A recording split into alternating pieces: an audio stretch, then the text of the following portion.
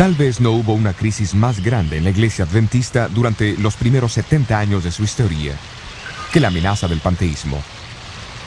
Los panteístas creen que Dios no es un gran ente personal, sino una esencia misteriosa, una influencia impersonal que impregna toda la naturaleza. Aunque Él existe en todas las cosas, en árboles, flores, aire y animales, Él es tan impersonal como la gravitación o los rayos del sol.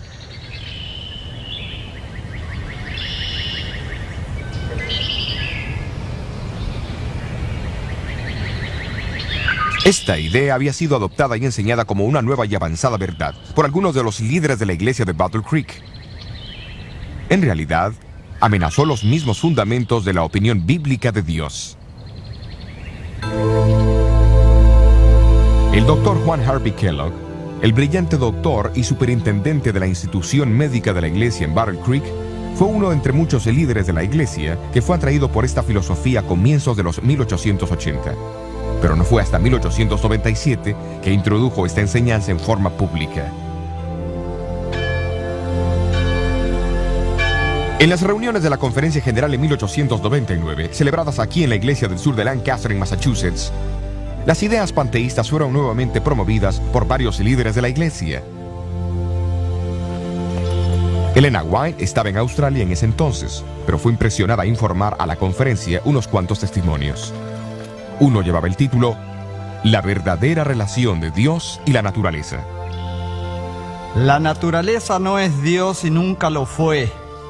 La voz de la naturaleza testifica de Dios, declarando su gloria, pero la naturaleza en sí no es Dios.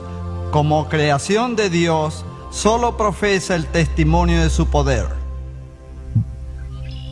Bueno, hermanos, ¿qué piensan ustedes?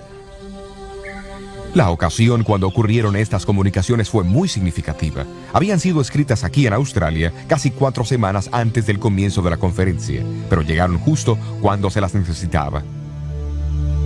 Sin embargo, eso no fue el fin del asunto. La enseñanza panteísta prontamente se extendió en el colegio de Battle Creek y en el sanatorio que estaba bajo el control del Dr. Kellogg.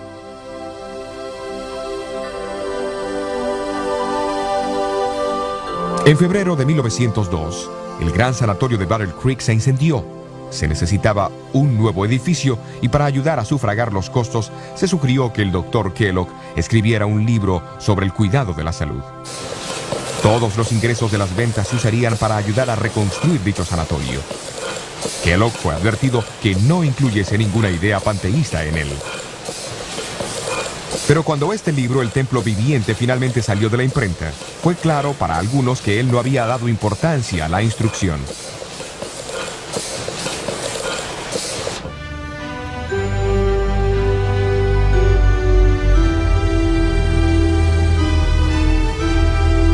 En 1903, los líderes de la iglesia planearon que el concilio anual tendría que ser en Washington, D.C. El presidente de la iglesia, Arturo Daniels, esperaba que no se hicieran referencias a El Templo Viviente o a las ideas panteístas de Kellogg. Sin embargo, cuando los defensores de Kellogg de Battle Creek llegaron, fue evidente que era inevitable una confrontación.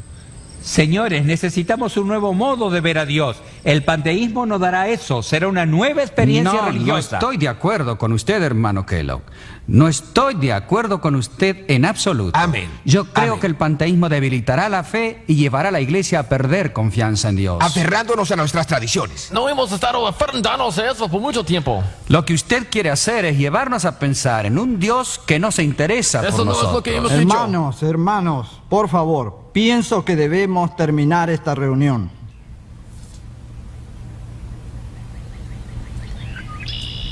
El pastor Daniels no se atrevió a pedir un voto por la tensión existente. La iglesia estaba enfrentando una crisis. ¿Pero qué hacer?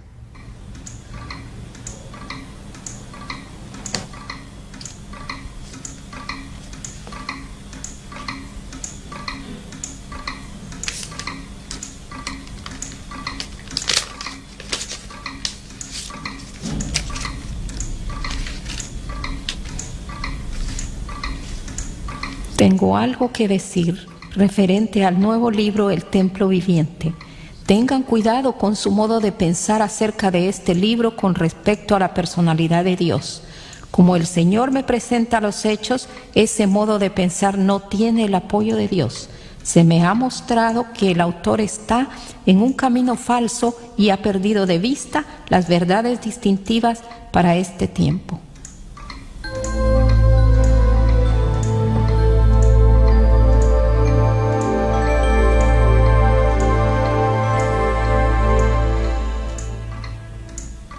Elena White había escrito la carta desde su casa en Ells Haven, California, y la había mandado una semana antes. Fue una mera coincidencia que la carta llegase de miles de millas de distancia en el momento más oportuno. Por supuesto que Daniels y muchos otros no pensaron así.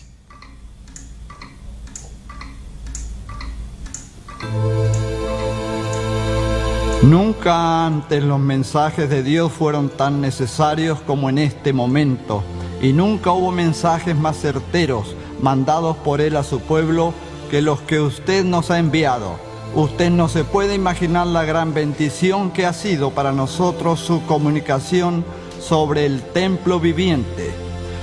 Llegó en el momento exacto. El conflicto era severo, pero su mensaje llegó y resolvió la controversia.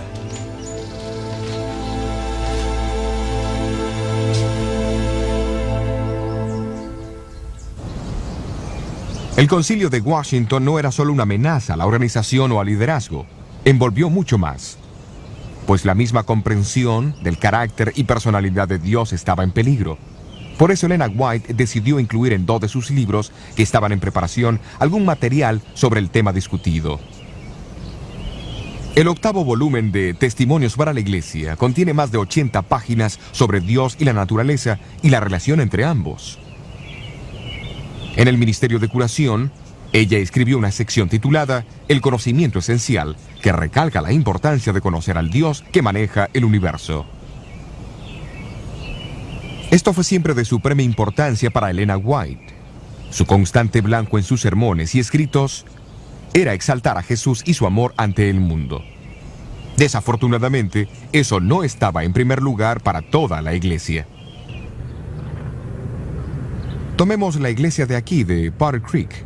A ninguna iglesia Elena comunicó más mensajes que a esta. Los adventistas del séptimo día comenzaron su obra en esta ciudad de Michigan en el año de 1852, cuando el capitán del barco, José Bates, visitó la ciudad buscando al hombre más honesto del pueblo. El administrador de correos, Leonardo Stewart, lo dirigió a David Hewitt, un buhonero presbiteriano. Bates lo convenció de la importancia de guardar el séptimo día sábado, y Hewitt llegó a ser el primer adventista guardador del sábado en Battle Creek.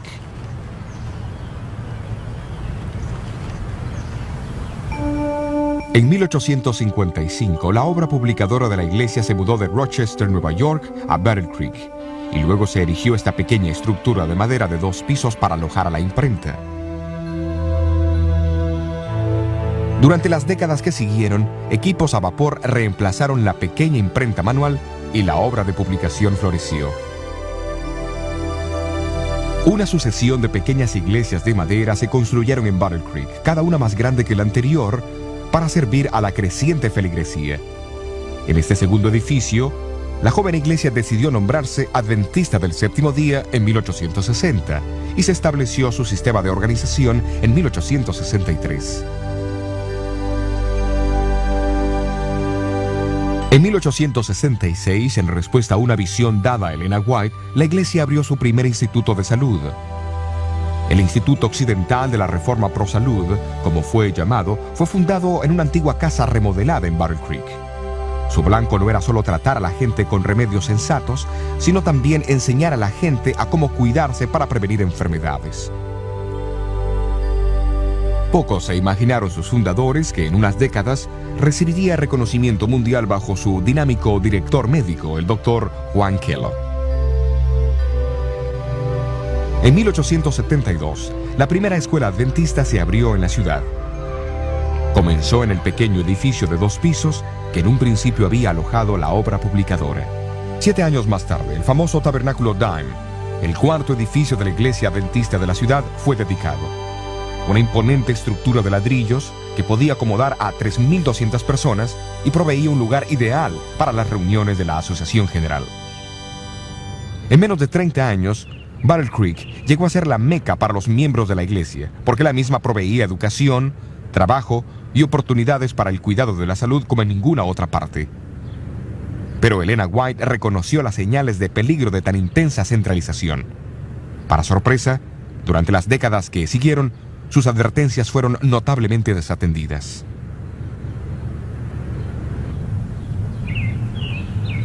A fines de los años 1890, la casa publicadora Review and Herald era la más grande de todo Michigan.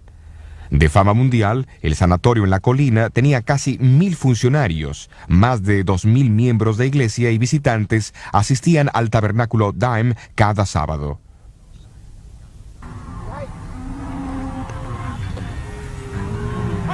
Pero desde Australia, donde Elena White estaba viviendo durante los 1890, ella amonestó que no se hiciesen más planes de expansión. Durante la sesión de la Asociación General en Battle Creek en 1901, se dieron algunos pasos para descentralizar la organización de la iglesia. Sin embargo, las advertencias de Elena White sobre el incremento de la comercialización y los sueldos injustos en la casa publicadora mayormente cayeron en oídos sordos. Pero en noviembre de 1901, fue comunicado un mensaje impactante a los miembros de la Junta de la Casa Publicadora. Ella les recordó que Dios estableció la Casa Publicadora para propagar su verdad. Pero esta meta había sido olvidada en la búsqueda de ganancias comerciales. Luego vino la advertencia. He tenido miedo de abrir la revista adventista por miedo de ver que Dios haya purificado la Casa Publicadora con fuego. A menos que haya una reforma, la calamidad vendrá a la Casa Publicadora y el mundo sabrá la razón. Pronto lo supo.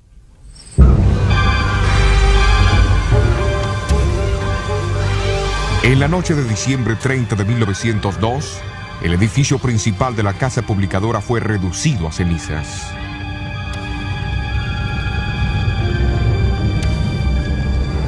Esto ocurrió unos 10 meses después de que el famoso sanatorio de Battle Creek fuese también destruido por el fuego.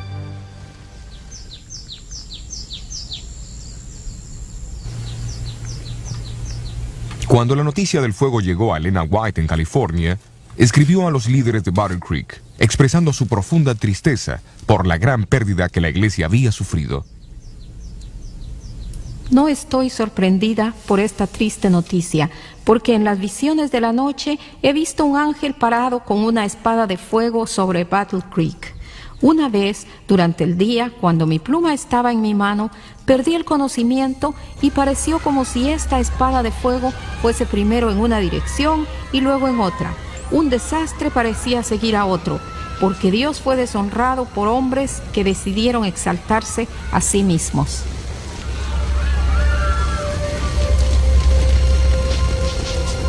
En los meses que siguieron, la iglesia tuvo la oportunidad de pensar seriamente en los incendios desastrosos y sus causas. Rápidamente los líderes editoriales tomaron la decisión de nunca más publicar trabajos comerciales, como también la de mudar las oficinas centrales de la iglesia de Battle Creek a Washington, D.C.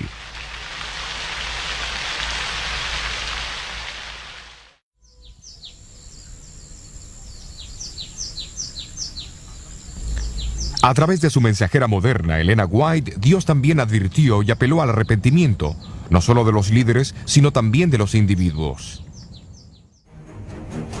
No os engañéis. Muchos se apartarán de la fe prestando atención a espíritus engañadores y a doctrinas de demonios.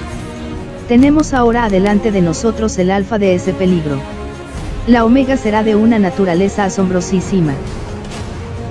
La omega seguirá y será recibida por los que no estén dispuestos a prestar atención a la amonestación que Dios ha dado. Sabía que la omega seguiría poco después y temblé por nuestro pueblo. A menos que haya una reforma, la calamidad vendrá y el mundo sabrá la razón.